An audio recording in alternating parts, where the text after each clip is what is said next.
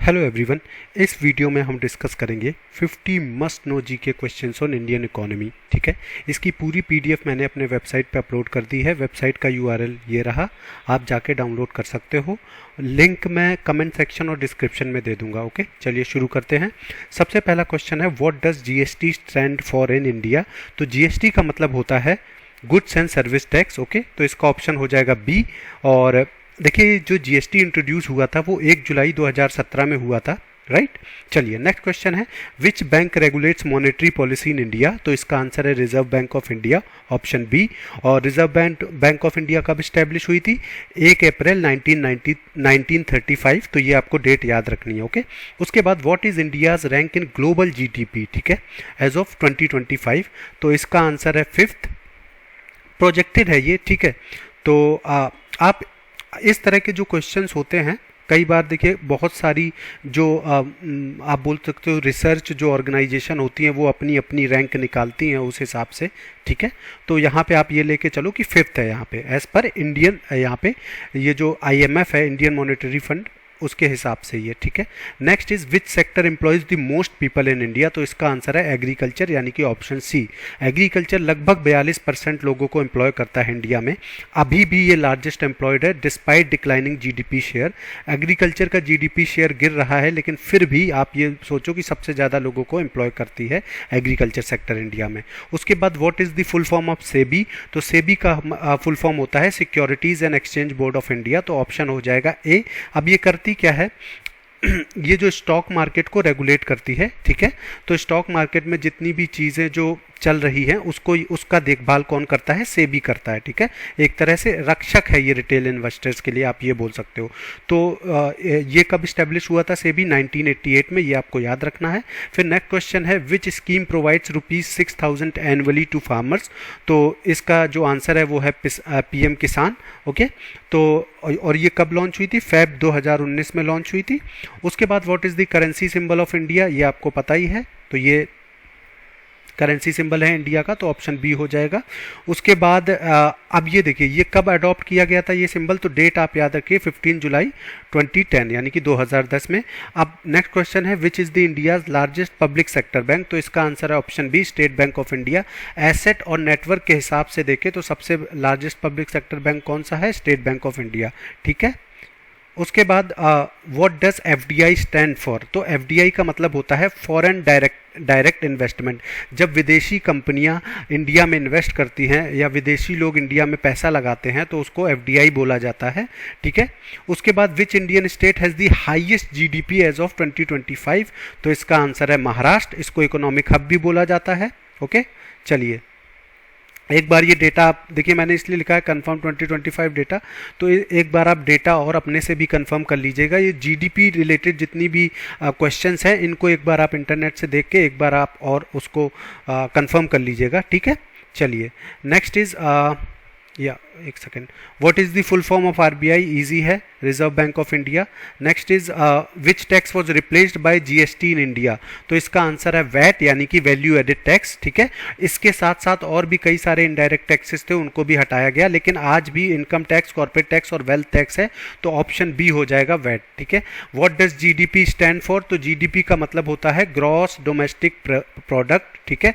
ये करता क्या है? ये टोटल इकोनॉमिक आउटपुट को मेजर करता है। इंडिया का टोटल इकोनॉमिक आउटपुट क्या रहेगा साल का, या क्या रहता है, मतलब जीडीपी का मतलब होता है कितनी सर्विसेज इंडिया ने प्रोड्यूस करी, ठीक है, या मैन्युफैक्चर करी। जो टोटल इकोनॉमी है इंडिया की, वो कैसे मेजर होती है? जीडीपी के थ्रू, यानी कि ग्रॉस डोमेस्टिक प्रोडक्ट। उसके बाद who presents the union budget in India. तो आपको पता है फाइनेंस मिनिस्टर, फेब में ये प्रेजेंट किया जाता है।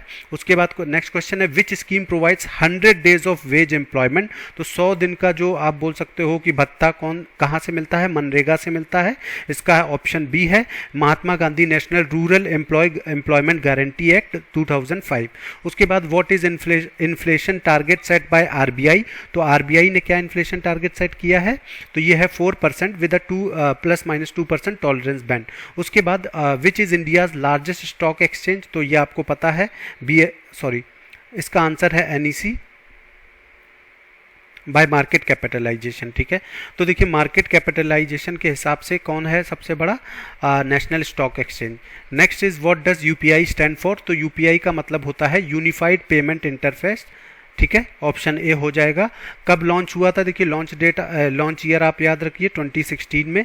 विच state is the largest producer of coal in India, तो इसका आंसर है Jharkhand.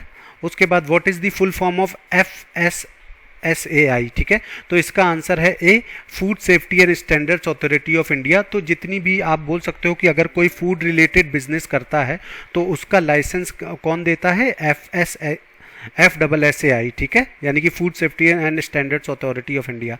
Next is which policy replace the 5-year plans in India, तो इसको रिप्लेस किया था नीति आयोग ने। इसको थिंक टैंक भी बोला जाता है इंडिया का, ठीक है, और ये कब स्टैब्लिश हुआ था, 1 जनवरी 2015 में। उसके बाद what is the currency of European union, तो यूरोपियन यूनियन की करेंसी क्या है, यूरो है, ठीक है, ये 20 EU कंट्री द्वारा, मतलब यूरोपियन कंट्रीज इसको यूज करती है।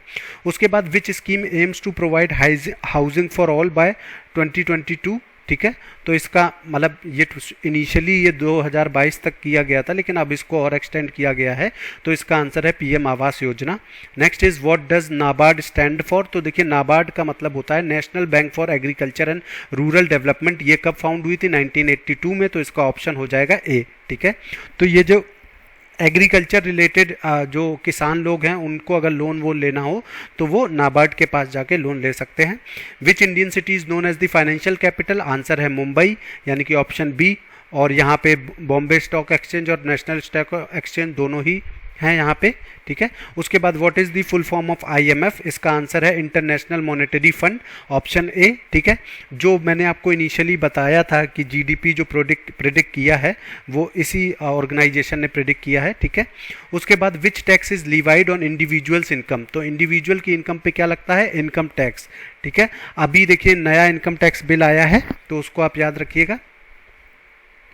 What is repo rate control by, देखिए रेपो रेट कौन कंट्रोल करता है, तो ये RBI कंट्रोल करता है।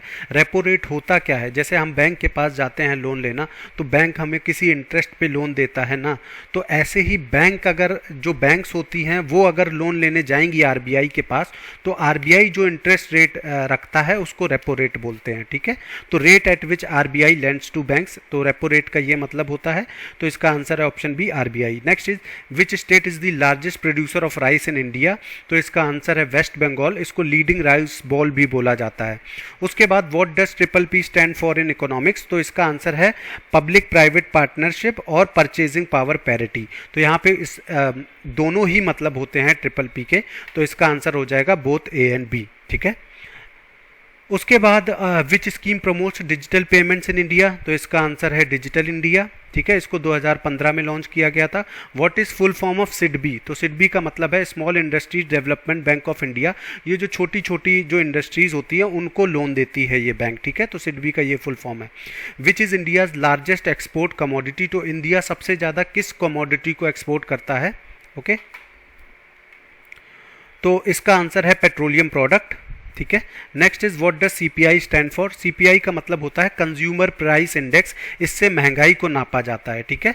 तो कि कौन सा सामान रिटेलर को कितने का पड़ रहा है तो वो कैसे तो वहाँ पे इसका यूज़ होता है कंज्यूमर प्राइस इंडेक्स। उसके बाद which state leads in solar power generation in India, तो आंसर है राजस्थान, इसको सोलर हब भी बोला जाता है, ठीक है। उसके बाद what is full form of WTO, तो WTO का फुल फॉर्म है वर्ल्ड ट्रेड ऑर्गेनाइजेशन, तो ऑप्शन ए हो जाएगा, रेगुलेट्स ग्लोबल ट्रेड, तो ग्लोबल ट्रेड को ये रेगुलेट करता है। हालांकि अभी ज़्यादा इसका कोई रोल रह नहीं गया है, जिस हिसाब से आप देख रहे हो कि अभी टैरिफ वॉर चल रहा है उस हिसाब से मुझे तो इसका कुछ रोल समझ आ नहीं रहा है, ठीक है। Next is which scheme provides free health care to the poor, तो इसका आंसर है आयुष्मान भारत, 2018 में लॉन्च हुआ था और अभी तक ये चल रहा है, बहुत अच्छे से ये स्कीम चल रही है, okay. What is currency of China, तो चाइना की करेंसी है युआन, इसको रेनमिनबी भी बोलते हैं। उसके बाद नेक्स्ट क्वेश्चन है which body prepares India's economic survey, तो इसका आंसर है फाइनेंस मिनिस्ट्री, ठीक है। बजट से पहले इकोनॉमिक सर्विस रिलीज होता है तो finance ministry, option B is the answer. What is full form of MSME, तो MSME का मतलब होता है micro small and medium enterprises, ठीक है, और ये इसका आंसर हो जाएगा ए। ठीक है। तो जो छोटी मोटी इंडस्ट्रीज होती है इनको कौन लोन देता है? सिडबी बैंक, मैंने आपको बताया था पहले भी। विच state is the largest producer of T? Answer है इसका आसाम। उसके बाद what does FDI inflow target for India in 25? तो 2025 का क्या टारगेट सेट किया गया है? इसका आंसर है $100 बिलियन। ठीक है, चलिए next is which is India's largest IT service company? तो इसका आंसर है टीसीएस, टाटा कंसल्टेंसी सर्विसेज। ठीक है, by revenue and market cap. देखिए मार्केट कैपिटलाइजेशन क्या होता है, सपोज करो आपके पास कोई एक घर है, ठीक है, अगर आप उस घर को खरीदने जाओगे तो जो भी उस घर की कीमत होगी आपको चुकानी पड़ेगी, तो वो उस घर की क्या हो जाएगी? टोटल मार्केट वैल्यू हो जाएगी। ठीक है, इसी तरह किसी भी कंपनी की जो मार्केट वैल्यू होता है उसको मार्केट कैपिटलाइजेशन बोलते हैं, कि अगर आप उस कंपनी को खरीदना चाहते हो तो आपको कितना पैसा देना पड़ेगा, तो उस चीज़ को मार्केट कैपिटलाइजेशन बोलते हैं। ठीक है, या मार्केट कैप बोलते हैं। तो टीसीएस सबसे बड़ी कंपनी है इंडिया की। उसके बाद what is the full form of NPCI? तो देखिए एनपीसीआई का फुल फॉर्म है national payments corporation of India, option A है। और यही ऑर्गेनाइजेशन है जो यूपीआई को कंट्रोल करती है, यानी कि यूनिफाइड पेमेंट इंटरफेस। उसके बाद which tax was introduced by the income tax bill 2025? तो इसका देखिए कोई भी नया टैक्स नहीं इंट्रोड्यूस किया है इस इनकम टैक्स बिल ने, बस टैक्सेस के स्ट्रक्चर को इजी कर दिया है ताकि अच्छे से एक आम आदमी को समझ में आए इनकम टैक्स। ठीक है, उसके बाद what is the currency of United states? तो इसकी करेंसी है डॉलर, ऑप्शन ए। सिंबल क्या है? ये रहा। उसके बाद which scheme promotes manufacturing in India? तो इसका आंसर है मेक इन इंडिया। 2014 में ये स्कीम लॉन्च हुई थी। उसके बाद what does CRR stand for? तो इसका जो आंसर होगा वो होगा कैश रिजर्व रेशियो। अब ये एक तरह का टूल होता है जो आरबीआई यूज़ करता है लिक्विडिटी कंट्रोल करने के लिए, कि मार्केट में कैसा कैश फ्लो चल रहा है। ऐसा नहीं है कि लोगों के पास खर्चने के लिए पैसा ही ना हो। ठीक है, तो जो लिक्विड फॉर्म में जो पैसा होता है, कि जो पैसा आप तुरंत इधर से उधर कर सकते हो, उसको लिक्विड बोलते हैं। सपोज करिए आपके पास कैश पड़ा है अगर, ठीक है, तो कैश एक लिक्विड मनी है। वहीं सपोज करिए आपका जो घर है तो उसकी भी कुछ वैल्यू उसकी भी कुछ वैल्यू ही है घर की, और उससे भी कुछ इकोनॉमिक वैल्यू जुड़ी हुई है। लेकिन क्या आप घर को तुरंत बेच के तुरंत पैसा आपकी जेब में आ सकता है? नहीं आता है। तो घर एक तरह से जो प्रॉपर्टी है वो लिक्विड एसेट नहीं है। उसी तरह गोल्ड आप बोल सकते हो कि उसमें कई हद तक लिक्विडिटी है, लेकिन अगर आप बेचने जाओगे गोल्ड तो इतने आसानी से नहीं बिकता है। लेकिन आप समझ रहे हो ना मैं क्या बोलना चाह रहा हूँ? तो लिक्विड ऐसे नापा जाता है। तो ये एक टूल होता है जो आरबीआई यूज़ करता है। ठीक है, उसके बाद which state is the largest producer of cotton? तो इसका आंसर है गुजरात, लीडिंग टेक्सटाइल हब है। उसके बाद नेक्स्ट क्वेश्चन है what is the full form of EXIM bank? तो एग्जिम बैंक का फुल फॉर्म है export import bank of India. ठीक है, तो ये फॉरेन ट्रेड को प्रमोट करती है। ठीक है, चलिए